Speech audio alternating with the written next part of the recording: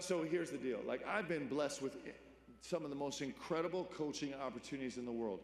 So incredible. I have loved deeply the paces I've been able to coach. And since I started coaching, every single person that I know, including my ADs and associate ADs and players, they know that, like, my heart bleeds blue Kentucky. They just know.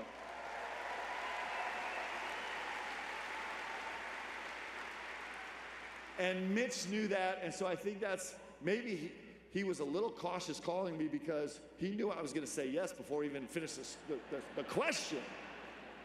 Saying, hey, Mark, would you be like, yes? Well, I just feel like that, did you guys hear the eruption for Jack Givens when he got off the thing? And I was afraid they might boo me. They even cheered me. And then Shep and Tony Delk and those guys. And then when Mark got off the bus, people who remember that era know what Mark Pope meant to this entire state, and that he's back here representing us and representing the university. That bus that we were on out there, Mark got on the bus and there were guys from 50, 60 years ago on that bus. Jack Givens, Jim Masters. It was just phenomenal. And you could tell Mark at one point asked, hey, cut the cameras off. They had the cameras on, people.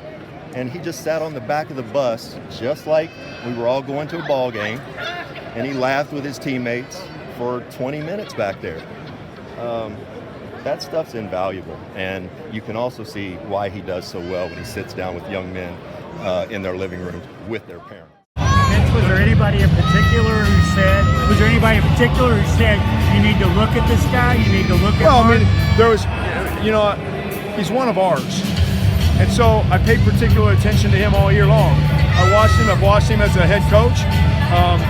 They entered the Big 12, and I can't speak for the people who vote for the Big 12 Coach of the Year, but I'm not sure anybody probably deserved it more than him. I get it. The team that wins the championship usually gets the coach.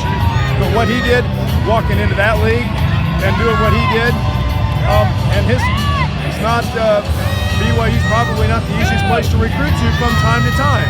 They don't, and they're out the West Coast and doing what I just felt like their offense was dynamic and interesting as I talked to people about the way they play the game, and you watch them on film, they're fun to watch.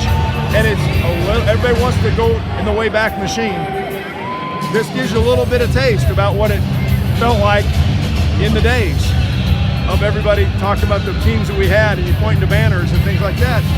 Gives you that vibe. And as you talk to Mark, and that we've had a chance to meet a couple times in reunions and things like that, but when you talk to him, you get a real feel for his love for this institution. And I don't think there was anything more important at a time in our journey to finding somebody that understood this Commonwealth, this fan base, and our program, and what we needed.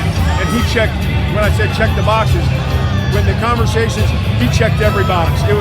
He knew exactly what we needed, and he knew exactly the pathways that he needed to get it done.